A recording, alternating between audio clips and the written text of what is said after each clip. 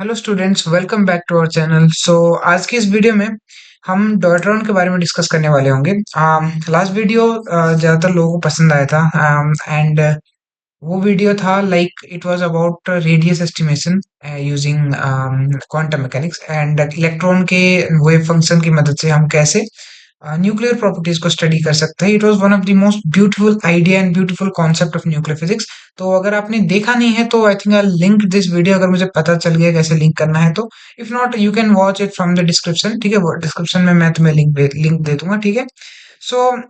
आज की इस वीडियो में हम डॉल्टन के बारे में डिस्कस करने वाले होंगे and competitive exam point of view से it will be one of the most important videos, है ना। क्योंकि इससे डायरेक्ट क्वेश्चंस बनते हैं कॉम्पिटेटिव एग्जाम्स में, गेट में, सीएसआई नेट में बहुत डायरेक्ट क्वेश्चंस बनते हैं। First of all, what is a deuteron? ठीक है, डॉयट्रॉन क्या होता है? Deuteron is simply a bound state of proton and neutron, ठीक है। ये एक बाउंड स्टेट है प्रोटॉन और न्यूट्रॉन का, ठीक है। मतलब एक प्रोटॉन है, एक न्यूट्रॉन है, दे आर बाउंड टुगेदर, ठीक है। सो ऑफ कोर्स इसका मास नंबर क्या हो जाएगा? दो है एलिमेंट्स या दो न्यूक्लियॉन्स है तो ये इसका मास नंबर हो जाएगा 2। और एक प्रोटॉन है तो इसका एटॉमिक नंबर हो जाएगा 1। तो एटॉमिक नंबर 1 है तो H से रिप्रेजेंट करेंगे, ठीक है। So deuteron is represented by this symbol, ठीक है, 2H1, ठीक है। And it is the only bound state between two nucleus. मतलब क्या बोलते हैं, प्रोटॉन न्यूट्रॉन का जो बाउंड स्टेट है, it is the only possible bound state that exist in nature, है ना। मतलब नेचर में एग्जिस्ट करने वाला सिर्फ और सिर्फ एकमात्र ऐसा बाउंड स्टेट है प्रोटॉन और न्यूट्रॉन का। Proton proton bound state exist नहीं कर सकता and neutron neutron bound state exist नहीं कर सकता। इसके बारे में भी हम डिस्कस करेंगे कि क्यों नहीं कर सकता, ठीक है। उसके लिए थोड़ा बहुत मैथमेटिक्स हमें जानना पड़ेगा and then we will discuss about these things, है ना। स्ट्रॉन्ग न्यूक्लियर फोर्स की प्रॉपर्टी स्टडी करने के लिए डॉयट्रॉन का बहुत ज्यादा इस्तेमाल होता है and deuteron is in fact it is one of the most important, क्या बोलते हैं, it is one of the most important thing to look at in nuclear physics, है ना। एक मैं बुक पढ़ रहा था, इनफैक्ट ये जो मैं चीजें पढ़ा रहा हूँ तुम लोगों को, है ना, this is inspired from that book only. So Kenneth S Crane की बुक है introduction to nuclear physics. It's one of the most beautiful book, है ना। अगर तुम्हें टाइम मिले तो तुम जरूर पढ़ना उस बुक को, ठीक है। तो उस बुक में मतलब ये लिखा गया था and I highly agree with that, है ना, कि डॉयट्रॉन is just like the hydrogen atom in atomic physics, ना। deuteron in nuclear physics is just like the hydrogen atom in atomic physics, ठीक है। so that is a fact।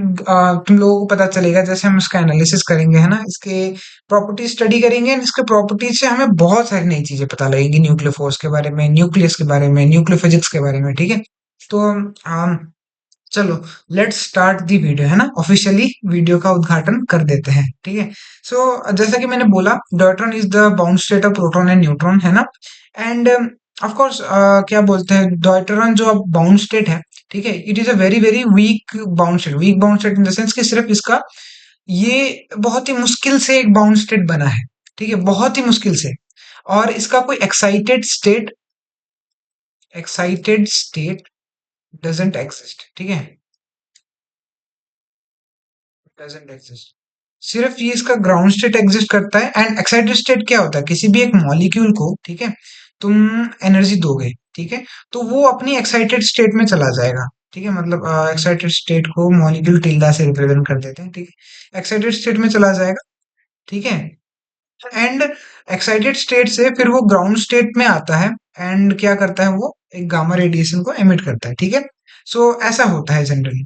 But डॉयट्रॉन में अगर तुम क्या बोलते हैं, एनर्जी इंसिडेंट कराओगे, ठीक है, चलो मान लो गामा रे इंसिडेंट कराओगे, तो क्या हो जाएगा, deuteron get split into proton and neutron, ठीक है। इसको ये एक्साइटेड स्टेट में नहीं जाता है, प्रोटॉन प्लस न्यूट्रॉन, ठीक है। So this is the only bound state between to nucleons and it is a very very weakly bound state, ठीक है। मतलब बहुत ज्यादा वीक, इरेजर काम नहीं कर रहा, okay. So it is a very very weak bound state, ठीक है, बहुत ही ज्यादा वीक बाउंड स्टेट है ये, ठीक है।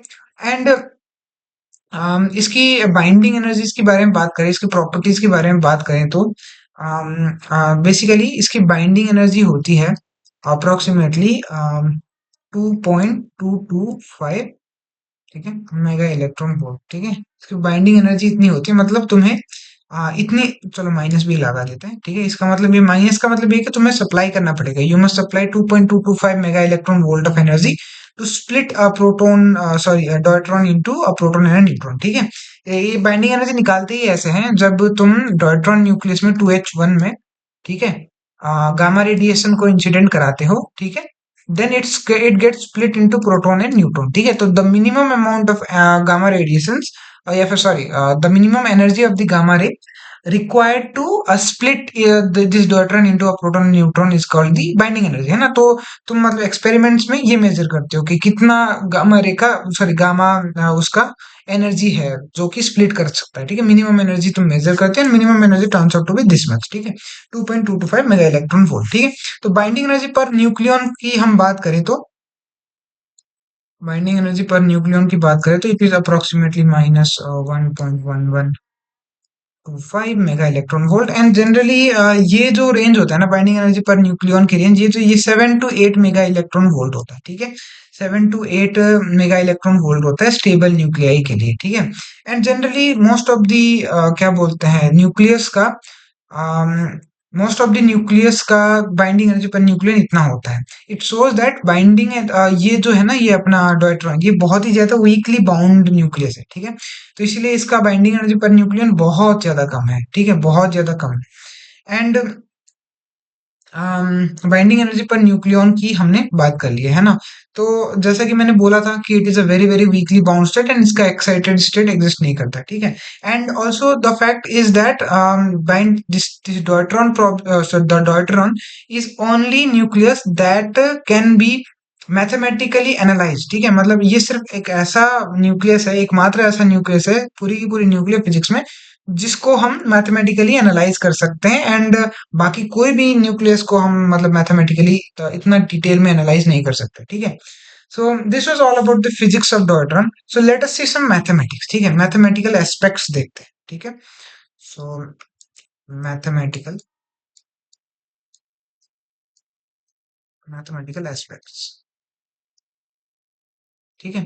सो जैसे मैंने तुम लोग बोला था, it is the only nucleus जिसको हम मैथमेटिकली एनालाइज कर सकते हैं, तो हम वही करने वाले होंगे। एंड मैथमेटिकली इसको एनालाइज करने से बहुत बहुत सारी नई चीजें हमें पता लगेंगी, ठीक है।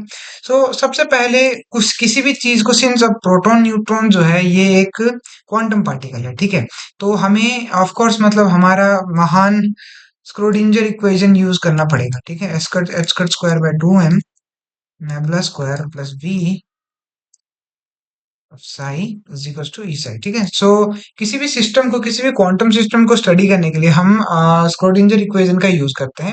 And of course nuclear physics is also no different, है ना। Nuclear physics is also quantum system, तो यहाँ पे भी हमें स्क्रोडिंजर इक्वेशन का यूज करना पड़ेगा। बट यहाँ पे प्रॉब्लम ये आ जाती है स्क्रोडिंजर इक्वेशन को डायरेक्टली यूज करने के लिए कि सिंस इलेक्ट्रोमैग्नेटिज्म में जैसे कि हाइड्रोजन उसमें देखते हैं, ठीक है, जैसे कि एटॉमिक फिजिक्स के हाइड्रोजन एटम में देखते हैं। तो ये मान लो कि ये हाइड्रोजन है, ये इलेक्ट्रॉन है, ठीक है, ये ऐसा टाइप का हाइड्रोजन है, ठीक है।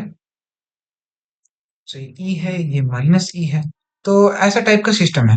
अब यहाँ पे और न्यूक्लियस के बाउंड स्टेट में, बाउंड स्टेट का एनालिसिस करने में अब यहाँ पे क्या क्या हो रहा है, ये भी सेम टाइप का ही प्रॉब्लम है, ठीक है, सेम टाइप का प्रॉब्लम है। मैं तुम्हें थोड़ा सा ना मतलब इंसाइट दे देता हूँ, ठीक है। मान लो कि इंटर न्यूक्लियर डिस्टेंस बहुत कम है, ठीक है, ये बहुत ज्यादा कम इंटर न्यूक्लियर डिस्टेंस है। अब इन दो प्रॉब्लम्स में डिफरेंसेस क्या है। सो एटॉमिक फिजिक्स में ऑफ कोर्स पहला डिफरेंस तो ये है कि ये इलेक्ट्रॉन है बहुत ज्यादा लाइट है एज कंपेयर टू दिस, क्या बोलते हैं, प्रोटॉन, है ना, बहुत ज्यादा लाइट है, तो इसका इफेक्टिव मास अप्रोक्सीमेटली इलेक्ट्रॉन के मास के बराबर हो जाएगा, ठीक है। एंड इसमें ये क्या बोलते हैं, प्रोटॉन और न्यूट्रॉन का मास लगभग लगभग सेम है। Proton is a little bit, क्या बोलते हैं, little bit lighter than neutron, neutron is a little bit heavier, but that is not main concern, ठीक है। मेन कंसर्न ये है कि इन दोनों के बीच में सबसे बड़ा डिफरेंस ये है कि इन दोनों के पोटेंशियल्स डिफरेंट है, ठीक है। जैसे कि अब इस प्रॉब्लम में हमें पता है कि कूलम पोटेंशियल एक्ट करता है, ठीक है, COLOM, Coulomb, Coulomb potential act करता है, जिसकी वैल्यू होती है, ठीक है, कूलम पोटेंशियल एनर्जी की वैल्यू होती है minus E square by 4 pi epsilon naught R, ठीक है, Coulomb potential energy between electron and proton, ठीक है। बट यहाँ पे पता है प्रॉब्लम क्या है, यहाँ पे प्रॉब्लम ये है कि it is not electromagnetically interacting, ठीक है। These proton and neutrons are not electromagnetically interacting, these are interacting via strong force. And strong force का नेचर ना is not well known as compared to that of Coulomb potential. ठीक है, it is not that well known क्योंकि of course nuclear forces है ना, strong forces are very short range forces, and इसीलिए मतलब experimentally भी हम हमें देखना मुश्किल पड़ जाता है। And as compare to this Coulomb force which is long range force in the sense कि आर की इंफिनिट वैल्यूज तक भी एग्जिस्ट कर सकते हैं, भले ही कम हो, बट जितना ज्यादा आर जाएगा उतनी मतलब पोटेंशियल कम जाएगी, बट एग्जिस्ट करती है थोड़ी बहुत, ठीक है। बट कूलम पोटेंशियल में ये है कि एक पर्टिकुलर टाइम के बाद ये एग्जिस्ट ही नहीं करती, it only acts between 1 to 3 फेम्टोमीटर, ठीक है, बहुत ही ज्यादा कम डिस्टेंसेस पे एक्ट करती है, एंड दैट्स वाई इसका नेचर अभी तक पता लगा पाना थोड़ा सा मुश्किल हुआ है, ठीक है। एंड इसीलिए न्यूक्लियर फिजिसिस्ट को क्लैरिटी नहीं है कि मतलब कि कित कैसा पोटेंशियल होगा, क्या होगा, है ना, स्ट्रॉन्ग फोर्स का इंटरेक्शन कैसा होगा, इतनी क्लैरिटी है नहीं जितनी कि एटॉमिक फिजिक्स में हमें कूलम पोटेंशियल की है। अब एटॉमिक फिजिक्स में तो हम डायरेक्टली इस पोटेंशियल का यूज करके इस्तेमाल करके कर सकते थे, ठीक है, पर अब न्यूक्लियर फिजिक्स में हम की कौन से पोटेंशियल का यूज करेंगे, है ना, कौन से पोटेंशियल का यूज करेंगे, इसकी कोई क्लैरिटी हमारे पास इतनी है नहीं, ठीक है। सो अब ऐसे केसेस में फिजिसिस्ट के पास बहुत ही बढ़िया एल्गोरिदम है चीजें क्लियर करने का, ठीक है। तो एल्गोरिदम ये है कि तुम लोग ना मतलब कभी रिसर्च करोगे ना बाद में, तो तुम्हें ये एटलीस्ट स्पेशली थियोरेटिकल फिजिक्स में अगर रिसर्च करोगे तो ये तुम्हें पता लगेगा कि सबसे पहले ना हम क्या करते हैं, एक मॉडल बनाते हैं, ठीक है, बहुत ही सिंपल मॉडल, सिंपल मॉडल, ठीक है। ये तुम वहां से भी देख सकते हो कि आज तक तुमने जितने भी मॉडल्स वगैरह पढ़े हैं, आज तक तुमने जितने भी ये क्या बोलते हैं पढ़े हैं चीजें, जैसे कि बोहर्स मॉडल हो गया, रदरफोर्ड्स मॉडल हो गया, डाल्टन्स मॉडल हो गया, है ना, ये सब में भी तुम अप्लाई कर सकते हो, ठीक है, देखना मतलब उसमें कैसे किया गया है, ठीक है। एक बहुत ही ज्यादा सिंपल मॉडल है, ठीक है, बहुत सिंपल मॉडल है, बहुत ओवर सिंप्लीफाइड मॉडल कह सकते हैं, ठीक है, बहुत ही ज्यादा सिंपल, एकदम हार्श अजम्पशंस में, है ना, हार्श अजम्पशंस से किया गया है, जैसे कि मान लो कि ये जो प्रोटॉन है इसको इन्फिनिटली हैवी मान दिया गया है, ठीक है, जैसे एटॉमिक फिजिक्स में ये बहुत ही हार्श मतलब एकदम ही मतलब क्या बोलते हैं अजम्पशन बहुत ही हार्श लगाए गए हैं, ठीक है, तो इसको बोलते हैं बहुत ही सिंपल मॉडल, ठीक है, जिसमें मतलब एकदम मैथमेटिक्स इसकी इसकी बहुत सिंपल, जो कि सॉल्वेबल हो, ठीक है, एकदम सॉल्वेबल हो, एंड इसको हम एनालाइज करते हैं, ठीक है, एनालाइज करते हैं, एनालाइज करने का हमारे पास एक ही टूल है, मैथमेटिक्स, ठीक है, and up to some extent computation, ठीक है, मैथमेटिक्स या कंप्यूटेशन से हम इसको एनालाइज करते हैं। तो ये जो मॉडल है ये कुछ रिजल्ट्स देगा, ठीक है, ये कुछ रिजल्ट्स देगा हमें, एंड ये रिजल्ट्स जो है ये हम कंपेयर करते हैं एक्सपेरिमेंट्स से, एक्सपेरिमेंट्स, ठीक है, ये रिजल्ट्स हम एक्सपेरिमेंट से कंपेयर करते हैं। अब थोड़ा बहुत भी अगर मिलता जुलता हो, या फिर थोड़ी बहुत भी चीजें ना मैच करती हो, या फिर थोड़े बहुत प्रॉपर्टीज को ये मतलब एक्सप्लेन कर पाता हो, तो हम क्या करते हैं कि इसको ना फिर से इम्प्रूवमेंट कर देते हैं, ठीक है, यहाँ बना देता हूँ इम्प्रूवमेंट, ठीक है, इम्प्रूवमेंट कर देते हैं इस मॉडल का, एंड देन वही सेम लूप शुरू हो जाता है, ठीक है। इम्प्रूवमेंट करने के बाद फिर से एनालाइज करते हैं, फिर से रिजल्ट्स देखते हैं, फिर से एक्सपेरिमेंट्स करते हैं, मतलब एक्सपेरिमेंट के साथ मैच करते हैं, एंड थोड़ा और चीजें एक्सप्लेन होती है अगर, तो फिर से इम्प्रूवमेंट करती है, अगर नहीं होती है तो कुछ किसी दूसरे मॉडल का सहारा लिया जाता है, ठीक है। तो ये एक एल्गोरिदम है, मतलब फिजिसिस्ट के पास एक ब्रह्मांड नहीं ब्रह्मास्त्र है, ठीक है। तो ये करते हैं, अप्रोक्सीमेशंस का सहारा लेते हैं, ठीक है, हम लोग, एंड अप्रोक्सीमेट मॉडल्स वगैरह डिस्कस करते हैं, एंड देन उसमें थोड़े बहुत चेंजेस करते हैं, ठीक है। तो इसमें इस मामले में भी हम यही करेंगे, पहले तो हम क्या करेंगे, एकदम बहुत ही सिंप्लीफाइड पोटेंशियल का सहारा लेंगे, ठीक है, एकदम ही सिंपल पोटेंशियल का सहारा लेंगे, एकदम सिंपल पोटेंशियल जो कि सॉल्वेबल हो, एंड हम देखेंगे कि इससे प्रेडिक्शंस क्या क्या की जा सकती है, ठीक है। अब बात आती है कि कैसा टाइप का मतलब हमारे पास पोटेंशियल होना चाहिए, ठीक है। तो अभी तक जितना भी हमने पढ़ा है उतने तक हमने सबसे ज्यादा सिंपल मॉडल सिंपल पोटेंशियल कौन सा पढ़ा है, ऑफ कोर्स, है ना, 3D बॉक्स या फिर बॉक्स पोटेंशियल, ठीक है। तो box potential was one of the most simple potential, ठीक है। तो लेट मी ड्रॉ इट, है ना,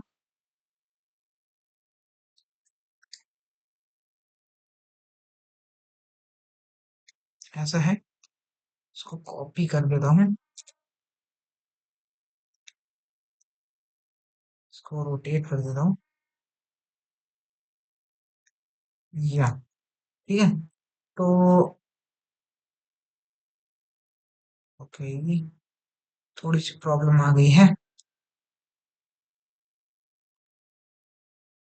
हाँ जी, ठीक है। तो हमने मतलब बॉक्स पोटेंशियल देखा है, तो बॉक्स पोटेंशियल एकदम सिंपल पोटेंशियल है ना? तुम लोगों ने मतलब क्वांटम मैकेनिक्स में पढ़ा भी होगा, है ना? अगर नहीं पढ़ा होगा तब भी तुम लोगों ने मतलब क्या बोलते हैं, जब प्रिपरेशन कर रहे हो क्वांटम या फिर किसी भी कॉम्पिटेटिव एग्जाम्स का, तब तुम लोगों ने सुना होगा इसके बारे में, ठीक है? Particle in a box, particle confined in a box करके, ठीक है? तो यहाँ भी हम वैसा ही करने वाले होंगे, एक बॉक्स पोटेंशियल लेने वाले होंगे, बट अब हमें क्या रिप्रेजेंट करना है, फिजिक्स में थोड़ा जाते हैं, हमें रिप्रेजेंट करना है एक बाउंड स्टेट, ठीक है?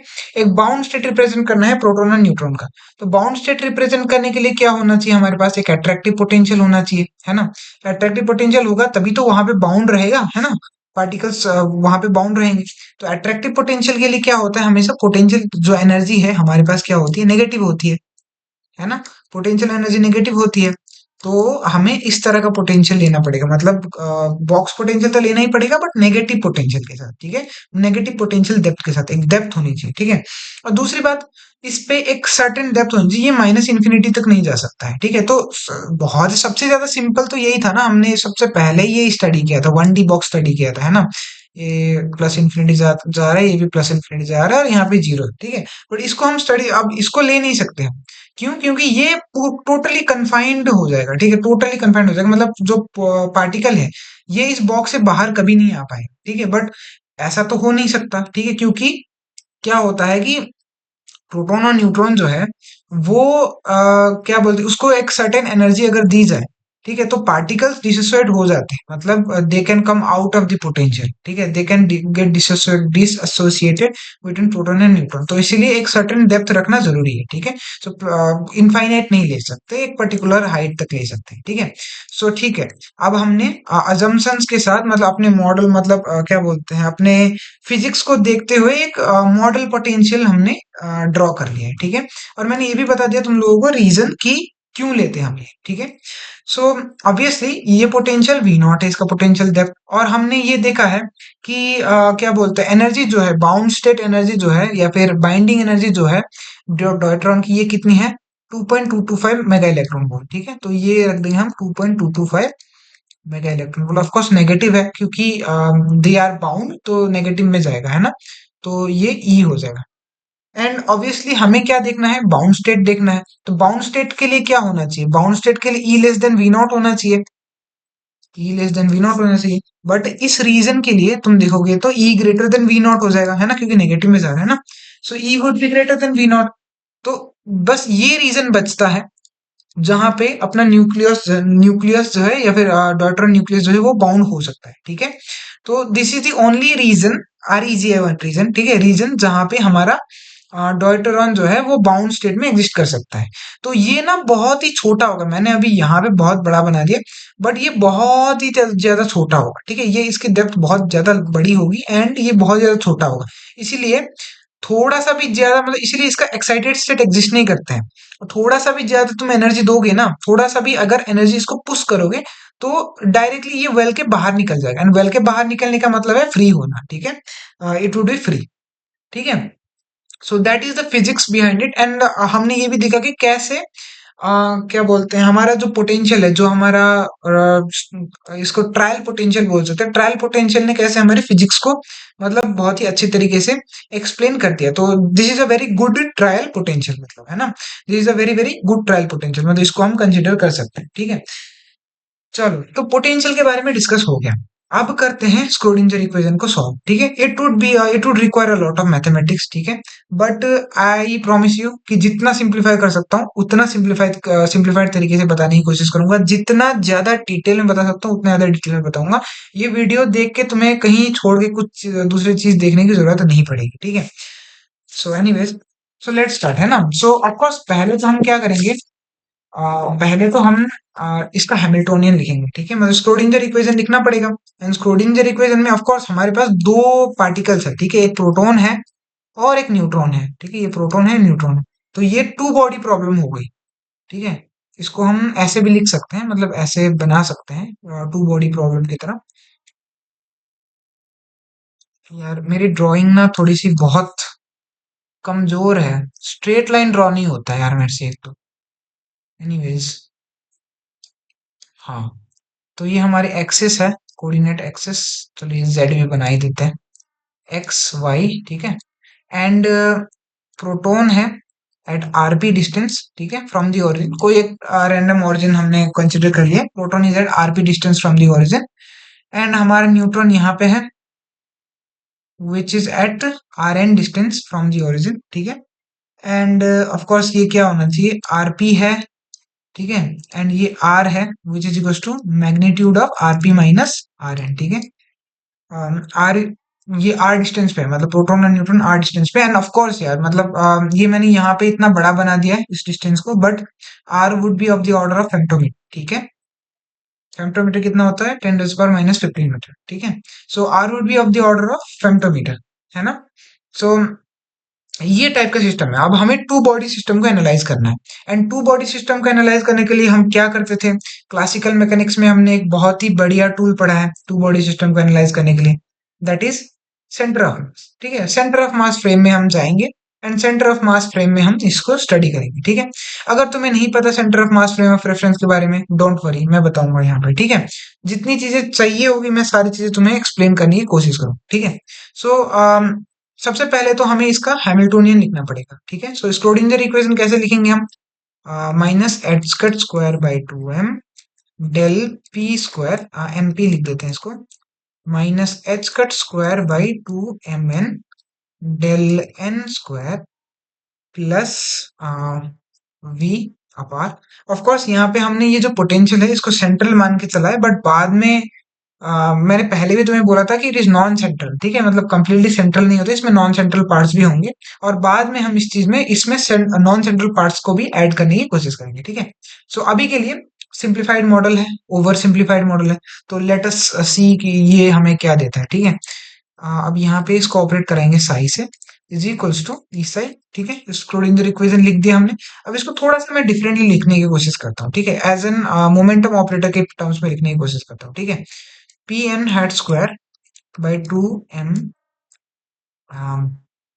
N plus P P hat square by two M P plus V F R, ठीक है, psi is equal to E psi, ठीक है। अब पी जो है मोमेंटम ऑपरेटर है, पी एन होगा minus iota H cut del by del X N, ठीक है। एंड आर एन लिख देते हैं, क्योंकि हमने यहाँ पे आर एन से डिनोट किया है ना। So let's write R N, ठीक है। एंड पी पी जो है that would be minus iota H cut del by del R P, ठीक है। This would be the momentum operator, ठीक है। हमने बस कुछ नहीं किया, हमने मोमेंटम ऑपरेटर के टर्म्स में इन सबको लिख दिया है, ठीक है। सो हाँ, ये हो गया हमारा हैमिल्टोनियन। अब इसको ना थोड़ा centre of mass frame of reference में हम कन्वर्ट करने की कोशिश करेंगे, ठीक है। तो सबसे पहले हमें ये पता है कि सेंटर ऑफ मास जो होता है आरसीएम, ये होता है कितना, सेंटर ऑफ मास में। अब ये हमें हमारे पास क्या पता है, ये यहाँ पे ये प्रोटॉन है और यहाँ पे न्यूट्रॉन है, ठीक है। प्रोटॉन का मास एमपी है, न्यूट्रॉन का मास एमएन है, ठीक है।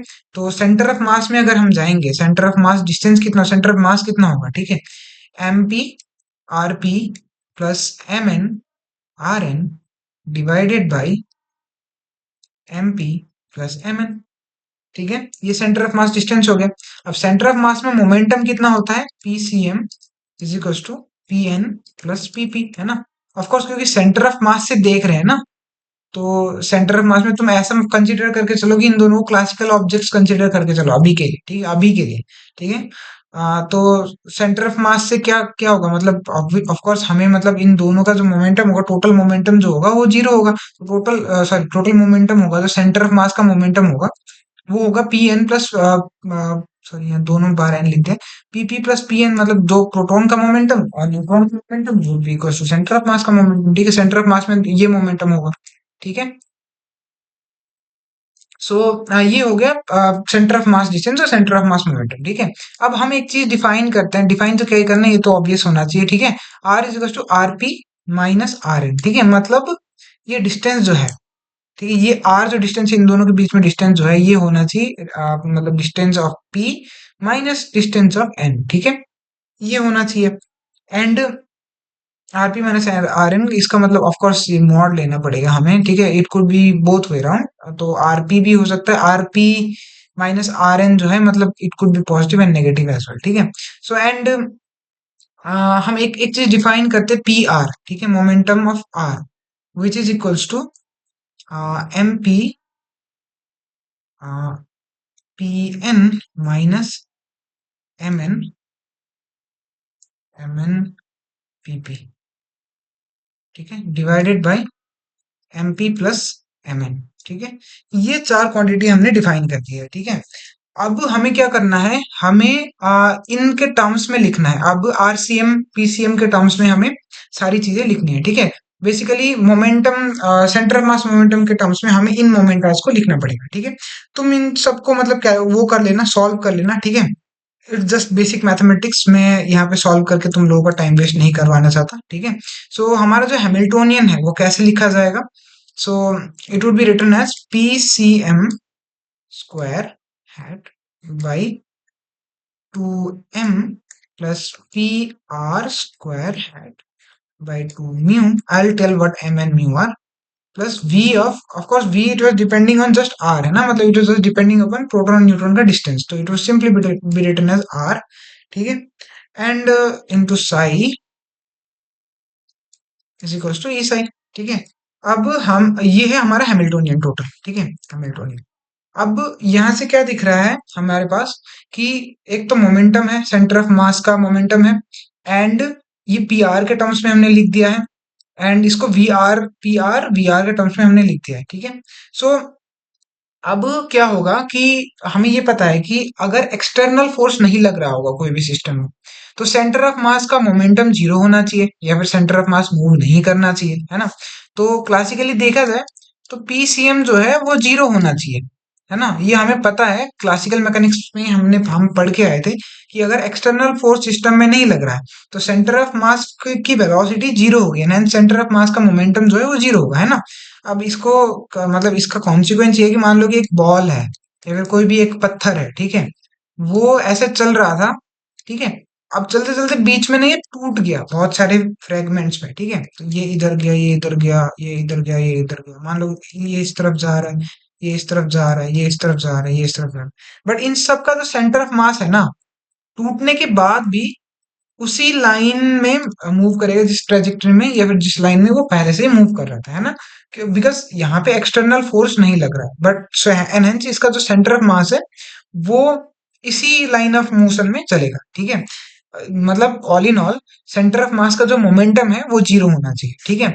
तो हेंस हम इस टर्म को इग्नोर कर सकते हैं, ठीक है। अब अगर जिसको मतलब क्लासिकली ये मतलब थोड़ा सा अजीब लग रहा है कि हमने क्लासिकल मैकेनिक्स के बेसिस पे कैसे ये पीसीएम को जीरो कर दिया, तो इसका मतलब क्वांटम मैकेनिकल एक्सप्लेनेशन भी मैं तुम्हें दे देता हूँ, ठीक है। तो बेसिकली तुम ये हैमिल्टोनियन है, ठीक है, हैमिल्टोनियन और पीसीएम जो है इसका कम्यूटेटर निकालो, ठीक है। पीसीएम और हैमिल्टोनियन का कम्यूटेटर होगा जीरो, ठीक है।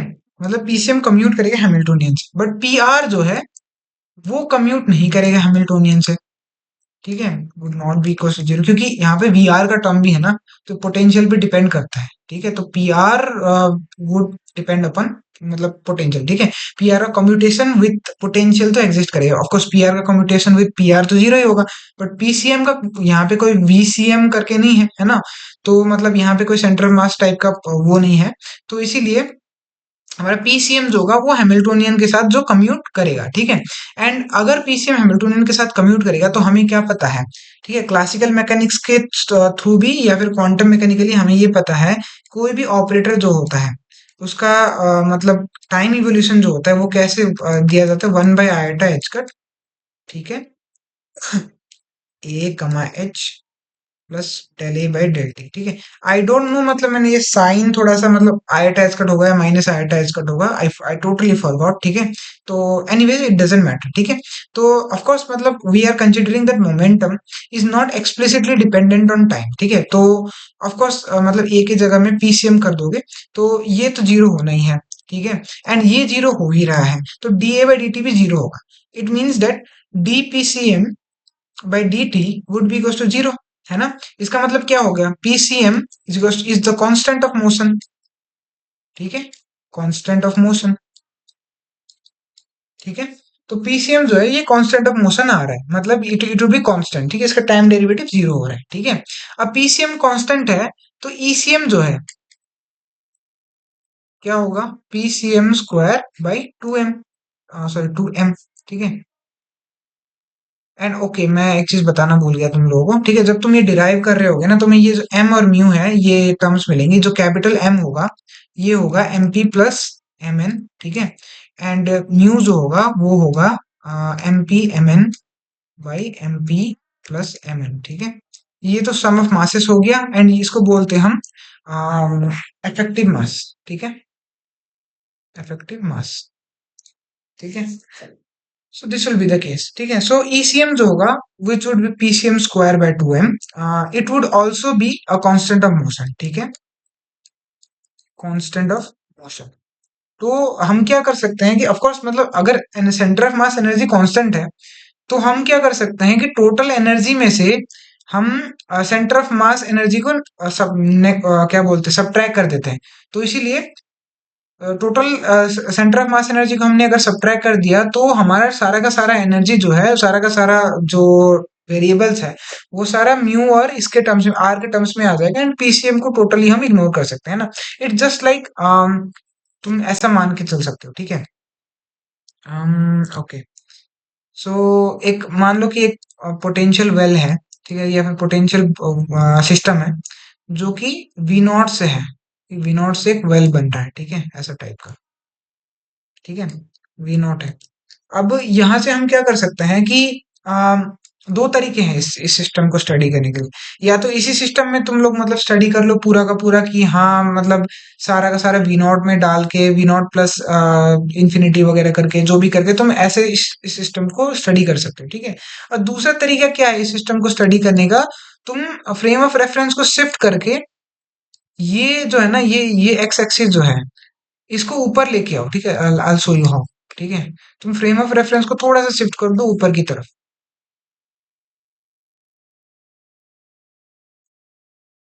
ठीक है, इसको शिफ्ट कर दो ऊपर की तरफ ऐसे। ठीक है, ऐसे अगर ये शिफ्ट हो गया, ठीक है, तो इस सिस्टम को स्टडी करने के लिए तुम्हें बहुत इजी होगा, तो तुम इस सिस्टम को बहुत ही इजीली स्टडी कर दोगे। ठीक है, तो यहाँ पे भी सेम चीज हो रहा है कि since energy of centre of मास जो है वो एक कांस्टेंट आ रहा है, तो हम इसको जीरो से रिप्लेस कर सकते हैं। हम अपना रेफरेंस चेंज कर सकते हैं टू द ईसीएम। ठीक है, तो सो दैट मतलब ईसीएम को हम जीरो पुट कर सकते हैं, एंड देन हम बाकी के एनालिसिस को कर सकते हैं। ठीक है, सो टोटली हमारा मतलब ऑल इन ऑल हमारा हैमिल्टोनियन कैसा बनेगा। So our Hamiltonian would be, या फिर हमारा स्क्रोडिंजर इक्वेशन कैसा बनेगा। So minus H cut square by 2 mu. ठीक है, and it would be del R square. ठीक है, del R square plus V of R psi is equal to zero, है ना। अब डेल ऑफ आर क्या रिप्रेजेंट करता है, del of R is del by del R. ठीक है, सो मैंने पहले तुम्हें बोला था ना ये पी आर जो है ये कम्यूट नहीं करेगा हैमिल्टोनियन के साथ। क्यों, क्योंकि P P R would be del by del R. ठीक है, मतलब पी आर जो होगा माइनस आयटा एच का डेल बाई डेल आर होगा। ठीक है, सो दैट्स वाई ये जो है अपना जो पी आर जो है वो कम्यूट नहीं करेगा हैमिल्टोनियन के साथ, क्योंकि यहाँ पोटेंशियल का टर्म है। ठीक है, पोटे वी ऑफ आर का टर्म है। ठीक है, सो हमारा ऑल इन ऑल हमारा स्क्रोडिंजर इक्वेशन ऐसा बनेगा। सॉरी मैंने राइट हैंड साइड में जीरो लिख दिया, but it's not zero by the way, it's E side. ठीक है, ई साइड।